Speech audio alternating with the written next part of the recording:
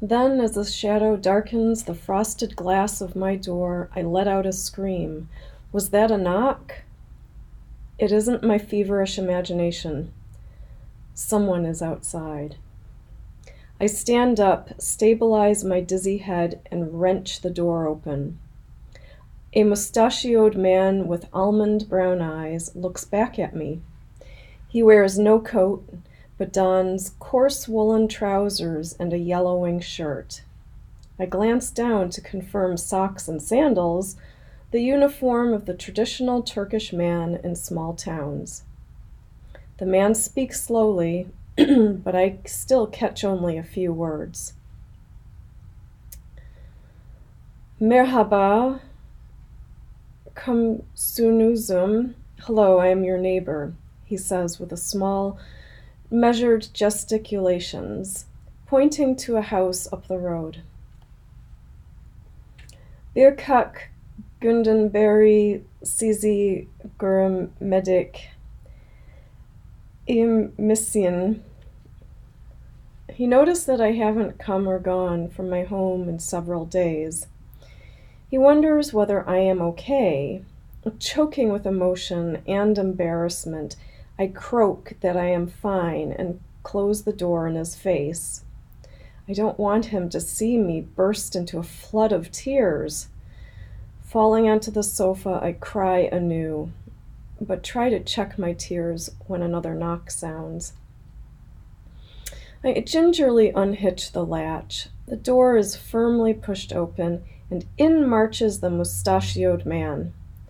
Behind him in a train are 4 more people, a young woman in a headscarf, a primary school-aged girl with lively, curious eyes, an older village woman, and a gray-haired, round-girthed man dressed like the first. They don't bother to introduce themselves. Instead, they push me down on the sofa and lay out an array of food on my table. Lentil soup, an oily meat stew, fresh bread, and yogurt.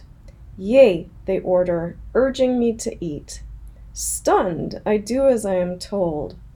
While I swallow the scratchy bread and slurp the hot liquids, both painful and relieving, the women begin washing days of dirty crockery in my sink, and the men busy themselves with my stove. The young girl just stands at my side, staring occasionally and stroking my arm. I feel self-conscious in my days-old pajamas, but they either don't notice or don't care. When I begin to cry silently in relief, they pretend not to notice that either. After I have eaten all I can, they introduce themselves. They speak no English.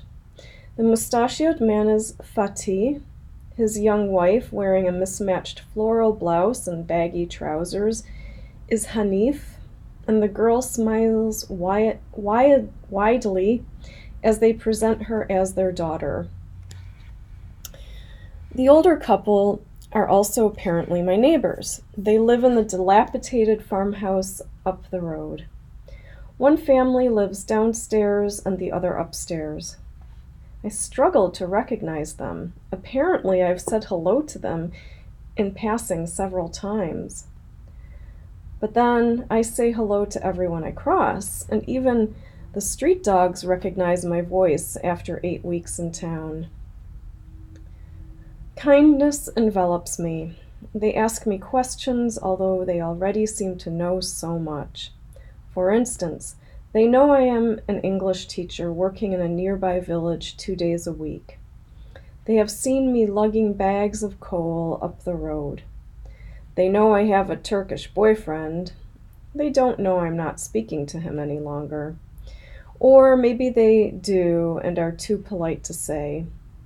Either way, I prefer not to appear fickle with affection, so I don't correct them when they mistake the ring on my left hand as his instead of the family heirloom it actually is. They even know I have yet to make any real friends.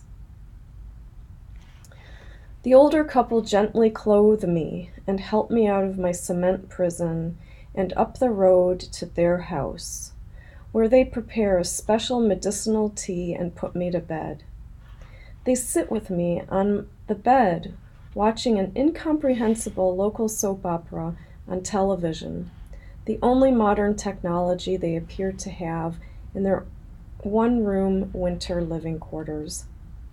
Then they bring photos of a young man in a military uniform, standing tall with his gun held proudly, and I share my stories of family with them as well.